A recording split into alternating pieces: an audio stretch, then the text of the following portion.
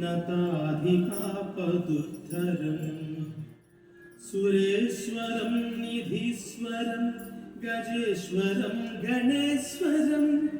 महेश्वरं तमाश्रये परात्परं निरन्तरम् समस्तलोकशङ्करं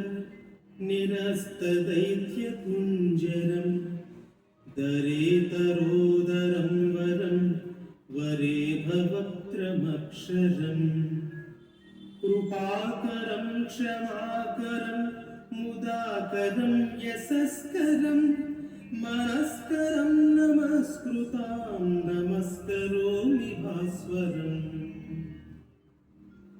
अकिञ्चनार्तिमार्जनं चिरन्तनोक्तिभाजनं पुरारिपूर्वनन्दनं सुरारिगर्वचर्वणम्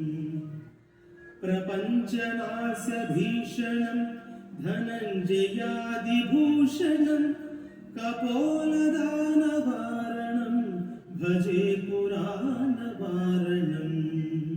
नितान्तकान्तदन्तकान्तिमन्तकान्तकात्मजम् अचिन्त्यरूपमन्तहीनमन्तराय कृन्तनम् रुदन्तरे निरन्तरं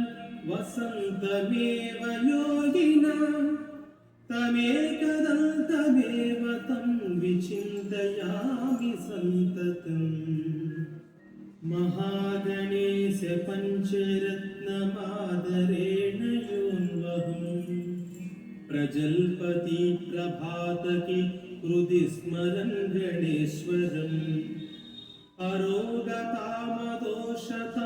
सुसाहितीं सुपुत्रतां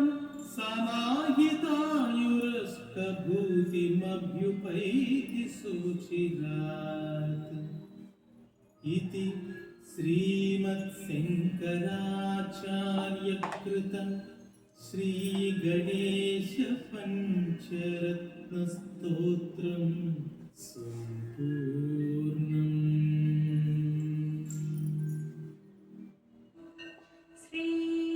श्रीसङ्कटनाशनं गणेशस्तोत्रम्। नारद उवाच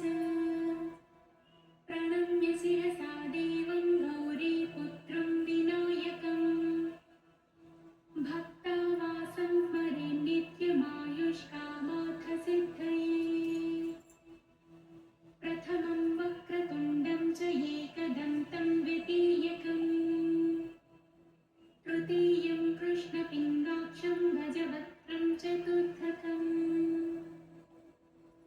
लम्बोदरं पञ्चमं च षष्ठं विकटमेव च सप्तमं विघ्नराजं च धूम्रवर्णं तथाष्टमम् नवमं भालचन्द्रं च दशमं तु